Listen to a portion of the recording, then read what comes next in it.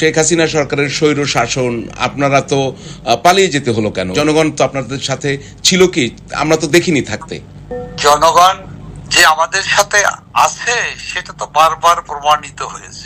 এত মানুষের প্রাণ গেল, 1000-এর বেশি মানুষ মারা গেল, নিহত হলো, তার দায় আপনারা নেবেন না? আপনারা তো সরকারে ছিলেন, পুলিশ হত্যা করলো, তো সেটা কিভাবে আপনি দেখবেন? যত পুলিশকে হত্যা করা হয়েছে, কারা হত্যা করেছে? প্রশ্ন তো সাধারণ মানুষকে তো হত্যা করা হয়েছে। আপনার কথার ভিত্তিতে বুঝছেন আমি উত্তর দেই যে এত পুলিশকে হত্যা করা হলো। আমি বলেছি যে এত মানুষকে হত্যা করা হলো, তাদেরকে তো গুলি করে হত্যা করা হয়েছে, তার দায় কে নেবে? আমি সেটাই বলছি। ঠিক আছে, আপনি যেহেতু আমাকেও কথা বলার জি না, আপনিও বলেন প্লিজ, আমি জাস্ট প্রশ্নটা ক্লিয়ার করি। যেখানে আপনারা সাংবাদিকরা বলেন 1000-এর মতো কি 1000-এর বেশি, কম বেশি, তো বিনোদ সাহেব বলেন 1500, বারবার উনি ওই জায়গায় দাঁড়িয়ে একই কথা বলতেছে। উনি জাতিসংঘ বলেন 700-র কাছাকাছি, পুলিশ মারা গেছে অসংখ্য জন। আপনাদের দেখেছে এই পুলিশ হত্যাকারীদের বিচারের কে করবে? এদের কোনো হত্যাকারীদের কোনো বিচার হয়েছে? আওয়ামী লীগের যে অসংখ্য নেতা কর্মীকে হত্যা করা হয়েছে, এই হত্যাকারী কারা? তাদের বিচারের দায় কার? সেই তাদের কোনো কিন্তু হত্যার দায় কি সরকারের নেই? আওয়ামী লীগ সরকারের নেই? তারা কি এই দায় নেবে না? আপনারা কি কোনো দায় নেবেন কিনা? তাজুল ইসলাম কারা? কোন অপরাধে? আদালত, আইন কে, সংবিধানকে সম্পূর্ণরূপে অমান্য করে আইসিটি আদালত গঠন করা হয়েছে। আপনারা কোনো ক্ষমা চাইবেন কিনা? আপনাদের ভিতরে কোনো অনুশোচনা বোধ হয় কিনা? ক্ষমা চাইবেন কিনা? আমি একটা কথা বলি, অনুশোচনা বোধ আর অনুশোচনা প্রকাশ করার মধ্য দিয়ে সবকিছুর ফয়সালা তো হবে না। এটা তো সবকিছু, আমরা একটা রাজনৈতিক দল, আওয়ামী লীগ একটি গণতান্ত্রিক রাজনৈতিক দল, জনগণের দল। আওয়ামী লীগ বাংলাদেশের মানুষের দল। আওয়ামী লীগ বাংলাদেশের মানুষের জনসমর্থনে, ভালোবাসায় গড়ে ওঠা স্বাধীনতা সংগ্রামের নেতৃত্বে দেওয়া দল, দেশপ্রেমিক দল হিসাবে।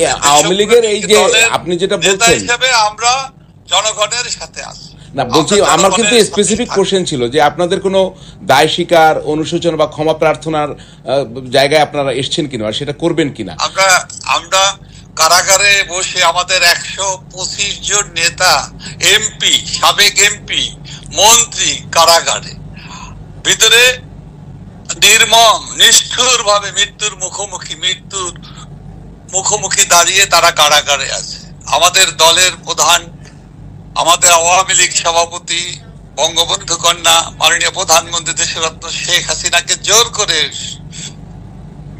বল প্রয়োগ করে তাকে দেশের বাইরে পাঠিয়ে দেওয়া হয়েছে। আপনি তো সেটা বলেছেন, কিন্তু আমার ওই প্রশ্নটার জবাব তো পাচ্ছি না। অবশ্যই আমি জবাবটা দিচ্ছি, আপনি একটু ধৈর্য ধরে বলেন। আমরা যখন একটা স্বাভাবিক পরিবেশ পাবো, পরিস্থিতি হবে, যখন আমাদের রাজনৈতিক ভাবে কাজ করার সুযোগ দেবে, আজকে আওয়ামী লীগের সমস্ত কার্যক্রম নিষিদ্ধ করা, কাজ করার সুযোগ পাবেন, তখন কি করবেন? আমরা যে এক জায়গায় বসে দলীয় ভাবে, আওয়ামী লীগের গঠনতান্ত্রিক ভাবে আমরা বসে আলোচনা করে কোথায় আমাদের সফলতা, কোথায় আমাদের ব্যর্থতা, কোথায় আমাদের ত্রুটি, কোথায় আমাদের ভুল সংশোধন করা প্রয়োজন, সেগুলো আমরা অবশ্যই উপযুক্ত পরিবেশ পেলে দায়িত্বশীল দল হিসাবে আওয়ামী লীগ আমাদের দলীয় ভাবেই আমাদের যে বিষয়গুলো মানুষের জন্য প্রয়োজন এবং আমরা দল হিসেবে যেটা প্রয়োজন, আওয়ামী লীগকে, বাংলাদেশের মানুষের জনমতকে শ্রদ্ধার সাথে গ্রহণ করা, জনমতের প্রতি শ্রদ্ধা জানানোর মতো আমাদের এই দলের এ ধরনের মন মানসিকতা সবসময় ছিল, আছে। এই কারণেই আওয়ামী লীগ জনপ্রিয় দল। এখন যারা বলার চেষ্টা করে আওয়ামী লীগ অনুশোচনা করছে কিনা, অনুশোচনা করলেই আওয়ামী লীগ একেবারে ধ্বংস হয়ে যাবে, এটা আমরা কখনোই মনে করি। আমাদের যে স্ট্যান্ড, এটা তো খুব পরিষ্কার, এটা আমরা বারবার এই কথা বলেছি। এটা একটা ষড়যন্ত্র করেছে দেশি বিদেশি ষড়যন্ত্রকারীদের যে অপতৎপরতা ছিল, সেই ষড়যন্ত্রের চূড়ান্ত দুর্ঘটনাটি 5ই আগস্ট সংঘটিত হয়েছে। এটা প্রতিক্রিয়া ক্রিয়াশীল গোষ্ঠী, বিদেশিদের দালালি যারা করেছে, যারা ডিপ স্টেট এবং সরোজ ফাউন্ডেশন থেকে টাকা বাংলাদেশের মানুষের গণতান্ত্রিক শাসন ব্যবস্থার উপরে একটি নির্বাচিত সরকারকে তারা রক্তক্ষয়ী তথাকথিত বিপ্লব সংগঠিত করে বাংলাদেশে একটি অস্থিতিশীল, অগণতান্ত্রিক, অবৈধ দখলদার সরকারের ব্যবস্থাকে প্রতিষ্ঠিত করেছে। কিন্তু আপনাদের তো বিরুদ্ধে তো স্বৈর শাসন, সাম্প্রদায়িক শক্তি, যেখানে সাম্প্রদায়িক শক্তি, জঙ্গিবাদী শক্তি, জঙ্গিবাদী গোষ্ঠী এবং ধর্মান্ধ গোষ্ঠী সহ নানা ধরনের অপশক্তিগুলোকে, রাজনৈতিক সন্ত্রাসী সমস্ত গোষ্ঠীকে একীভূত করে জাতিকে প্রতারিত করে তরুণ ছাত্র সমাজ, আমাদের আগামীর ভবিষ্যৎ দেরকে প্রতারণা করে, বিপদগামী করে একটি ষড়যন্ত্রী মধ্য দিয়ে একটি অনির্বাচিত সরকার ব্যবস্থা, যা দখলদার সরকার ব্যবস্থা, অসাংবিধানিক, অগণতান্ত্রিক, সম্পূর্ণরূপে বাংলাদেশের মূল চেতনার, বাংলাদেশের মানুষের মুক্তিযুদ্ধের চেতনা, অসাম্প্রদায়িক চেতনা বিরোধী, বাঙালি জাতিসত্তার চেতনা বিরোধী, পাকিস্তানি আইএস এর যে দর্শন, সেই দর্শনের ভিত্তিতেই বাংলাদেশে অপশাসন, দুঃশাসনের সৃষ্টি করা হয়েছে। না, সেটি তো ক্লিয়ার, আপনি বলছেন বারবার, কিন্তু শেখ হাসিনা সরকারের স্বৈর শাসন, আপনারা তো পালিয়ে যেতে হলো কেন? যদি তাই হয় তো জনগণ তো আপনাদের সাথে ছিল কি? আমরা তো দেখিনি থাকতে। জনগণ যে আমাদের সাথে আছে সেটা তো বারবার প্রমাণিত হয়েছে। জনগণ 1 বছর পূরণ হওয়ার মধ্যে বাংলাদেশের জনগণ, তাদের পক্ষে বাংলাদেশের জনগণ শান্তি, সম্প্রীতি, ধর্মীয় মূল্যবোধের ভিত্তিতে সকল ধর্মীয় এবং পাহাড়ি জনজাতি গোষ্ঠী সবাই যে অধিকার রক্ষা করার পক্ষে। প্রকারান্তরে আওয়ামী লীগের নীতি আদর্শের প্রতি যেমন জনগণের ভালোবাসা, সমর্থন আছে, এটা যেমন বারবার বিভিন্ন ভাবে প্রমাণিত হয়েছে। বাংলাদেশে এখন অগণতান্ত্রিক শাসন ব্যবস্থা, বাংলাদেশে আইনের শাসন নাই, আইন শৃঙ্খলার কোনো অবশিষ্ট কোনো কিছু আছে বলে আজকে দৃশ্যমান, প্রতীয়মান হচ্ছে। বাংলাদেশে সংবাদপত্র, গণমাধ্যমের কণ্ঠ আজকে পুরোপুরি বন্ধ, গলা টিপে ধরা হয়েছে, যেটা বাংলাদেশের গণমাধ্যমের সহ দেশি বিদেশি গণমাধ্যমের সাংবাদিকরা এবং আপনি নিজেও খুব ভালো করে জানেন, আজকে কথা বলার কোনো অধিকার নেই। আজকে মানুষের ন্যায্য কথা বলার, সত্য কথা বলার, সত্য সংবাদটি পরিবেশন করার সুযোগ বাংলাদেশের গণমাধ্যমের নাই। গণমাধ্যমের সাথে যারা সম্পৃক্ত তাদের নেই, সাংবাদিকদের নেই। যারা লেখনির মধ্য দিয়ে দেশের, সমাজের বিভিন্ন স্তরের বৈষম্যগুলো তুলে ধরা, অথবা যেগুলো মানুষের কাছে। কিন্তু আমি যে জিনিসটা জানতে চাই যে আপনার এত মানুষের প্রাণ গেল, 1000-এর বেশি মানুষ মারা গেল, নিহত হলো, তার দায় আপনারা নেবেন না? আপনারা তো সরকারে ছিলেন, পুলিশ হত্যা করলো, তো সেটা কিভাবে আপনি দেখবেন?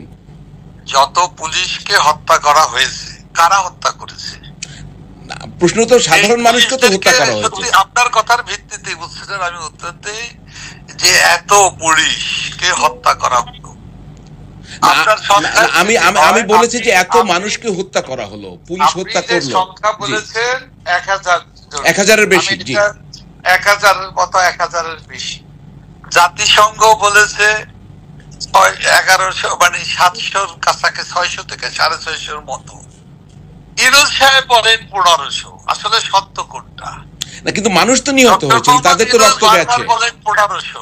না, আমি বলি সংখ্যা কখনো কখনো তার, না, আমি আমি সংখ্যাটা এর চাইতেও বেশি বলে, কিন্তু এই মানুষ তো নিহত হয়েছে, তাদেরকে তো গুলি করে হত্যা করা হয়েছে, তার দায় কে নেবে? আমি সেটাই বলছি। ঠিক আছে, আপনি যেহেতু আমাকেও কথা বলার জি না, আপনি বলেন প্লিজ, আমি জাস্ট প্রশ্নটা ক্লিয়ার করব। যেখানে আপনারা সাংবাদিকরা বলেন 1000-এর মতো কি 1000-এর বেশি, কম বেশি, তো ইউনূস সাহেব বলেন 1500, বারবার উনি ওই জায়গায় দাঁড়িয়ে একই কথা বলতেছেন। উনি জাতিসংঘ বলেন 700-র কাছাকাছি, পুলিশ মারা গেছে অসংখ্য জন। আপনাদের দেখেছে এই পুলিশ হত্যাকারীদের বিচারের কে করবে? এদের কোনো হত্যাকারীদের কোনো বিচার হয়েছে? আওয়ামী লীগের যে অসংখ্য নেতা কর্মীকে হত্যা করা হয়েছে, এই হত্যাকারী কারা? তাদের বিচারের দায় কার? সেই তাদের কোনো মামলা হত্যার দায় কি সরকারের নেই? আওয়ামী লীগ সরকারের নেই? তারা কি এই দায় নেবে না? আমি সরকারের দায় তো অবশ্যই আছে, বিধায়ী তো আমি কথা বলছি। এই গত 1 বছরে আওয়ামী লীগের সহ বিভিন্ন রাজনৈতিক ধর্ম, বর্ণ, হিন্দু, বৌদ্ধ, খ্রিস্টান সহ যারা নিহত হয়েছে, এখানে আওয়ামী লীগের অন্যান্য গণতান্ত্রিক রাজনৈতিক দলগুলোর 14 দলের যারা মারা গিয়েছে, যারা ধর্মীয় সংখ্যালঘু যারা তাদেরকে হত্যা করা হয়েছে, যাদেরকে সবাইকে হত্যা করা হয়েছে, যাদের বাড়িঘর লুট করা হয়েছে, যাদের অগ্নিসংযোগ করা হয়েছে, আওয়ামী লীগের নেতা কর্মীদের দেখে দেখে বাড়িঘর জ্বালিয়ে পুড়িয়ে লুটপাট করা হয়েছে, ব্যবসা প্রতিষ্ঠান লুট করা হয়েছে, আওয়ামী লীগের কার্যালয়গুলোকে আগুন ধরিয়ে তছনছ করে দেওয়া হয়েছে, ধ্বংস করে দেওয়া হয়েছে না? তো এগুলোর বিচার কে করবে? এগুলো বিচার করবে কি রাষ্ট্র, নাকি মানে যারা সরকারে আছে তারা করবে? এগুলো নিয়ে কোনো কথা এই মানুষ, আমি আওয়ামী লীগ হিসাবে নয়, আমি একজন মানুষ। আমার পরিবারের কোন সদস্য যদি, আমার পরিবারের সদস্যকে যে হত্যা করা হয়েছে, সে তো মানুষ হিসাবে নাকি আওয়ামী লীগ হিসাবে তাকে হত্যা করা হয়েছে?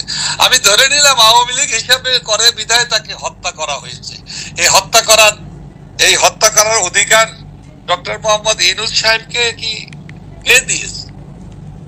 এই হত্যা করার অধিকার যারা হত্যা করেছে, যারা হত্যাকারী, তাদেরকে বিচার না করার অধিকার এই অন্তর্বর্তীকালীন সরকারের, এই অসাংবিধানিক সরকারের এই অধিকার আছে?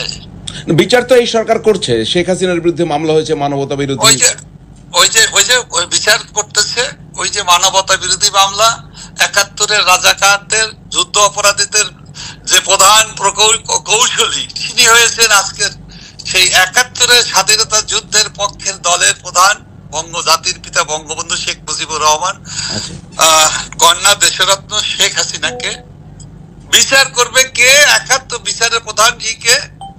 আপনারা কি কোনো দায় নেবেন কিনা? তাজুল ইসলাম। কারা?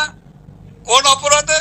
আদালত, আইন কে, সংবিধানকে সম্পূর্ণরূপে অমান্য করে আইসিটি আদালত গঠন করা হয়েছে। যুদ্ধ অপরাধীদের বিচারের প্রতিশোধ নেওয়ার জন্য এই বিচার সময় আসলে জনগণ, দেশ এবং দুনিয়া এ সম্পর্কে পরিষ্কার হবে, পরিষ্কার বিচারের আগেই তো রায় ঘোষণা, বিচারের আগেই তো প্রধানমন্ত্রী বঙ্গবন্ধু কন্যাকে ফাঁসিতে ঝুলাতে হবে ডক্টর মোহাম্মদ ইউনূস বলেন, তার দলের, তার উপদেষ্টা পরিষদের সদস্যরা বলেন, আইন উপদেষ্টা থেকে আরম্ভ করে যারা আজকে ডক্টর ইউনূসের হাতে সৃষ্ট দলের নেতারা বলেন। তো আদালতের রায়ের আগেই তো রায় ঘোষণা করা হয়েছে। কিন্তু আপনারা কোনো দায় নেবেন কিনা? আপনারা কোনো ক্ষমা চাইবেন কিনা? আপনাদের ভিতরে কোনো অনুশোচনা বোধ হয় কিনা? ক্ষমা চাইবেন কিনা? আমি একটা কথা বলি, অনুশোচনা বোধ আর অনুশোচনা প্রকাশ করার মধ্য দিয়েই সবকিছুর ফয়সালা তো হবে না। এটা তো সবকিছু, আমরা একটা রাজনৈতিক দল, আওয়ামী লীগ একটি গণতান্ত্রিক রাজনৈতিক দল, জনগণের দল। আওয়ামী লীগ বাংলাদেশের মানুষের দল। আওয়ামী লীগ বাংলাদেশের মানুষের জনসমর্থনে, ভালোবাসায় গড়ে ওঠা স্বাধীনতা সংগ্রামের নেতৃত্বে দেওয়া দল। আওয়ামী লীগ বাঙালির অর্জন, বাংলাদেশের অর্জন। যত অর্জন গৌরব গাথার সাথে আওয়ামী লীগের সম্পৃক্ততা, আওয়ামী লীগের দলের নেতা কর্মী, আওয়ামী লীগের, ছাত্রলীগের, যুবলীগের, স্বেচ্ছাসেবক লীগ, কৃষক, শ্রমিক, মেহনতি মানুষের রক্তের বিনিময়ে, আত্মত্যাগের মধ্য দিয়েই আমরা মনে করি, বিশ্বাস করি এই দলটি বাংলাদেশের 18 কোটি মানুষের স্বার্থে দেশপ্রেমিক দল হিসাবে, আওয়ামী লীগের এই যে আপনি যেটা বলছেন হিসাবে আমরা জনগণের সাথে আছি। না বলছি, আমার কিন্তু স্পেসিফিক কোশ্চেন ছিল যে আপনাদের কোনো দায় স্বীকার, অনুশোচনা বা ক্ষমা প্রার্থনার জায়গায় আপনারা এসছেন কিনা, আর সেটা করবেন কিনা? আমরা কারাগারে বসে আমাদের 125 জন নেতা, এমপি, সাবেক এমপি, মন্ত্রী কারাগারে, ভিতরে নির্মম নিষ্ঠুর ভাবে মৃত্যুর মুখোমুখি দাঁড়িয়ে তারা কারাগারে আছে। আমাদের দলের প্রধান, আমাদের আওয়ামী লীগ সভাপতি, বঙ্গবন্ধু কন্যা, মাননীয় প্রধানমন্ত্রী দেশরত্ন শেখ হাসিনাকে জোর করে, বল প্রয়োগ করে তাকে দেশের বাইরে পাঠিয়ে দেওয়া হয়েছে। আজকে আমাদের দলের অধিকাংশ নেতাকর্মী কোন ক্রমে আত্মগোপনে থেকে কোন ক্রমে বাঁচার চেষ্টা করতেছে, কারণ মব ভায়োলেন্স, মব কিলাররা যেভাবে আক্রমণের পর আক্রমণ করে আমাদের নেতাকর্মীদেরকে হত্যা করা করছে, আমাদের সমর্থকদেরকে যারা ভোট দেয়, এই অপরাধে হিন্দু সম্প্রদায়ের উপরে আরো বেশি করে আক্রমণ করা হচ্ছে, ধর্ষণ করা হচ্ছে।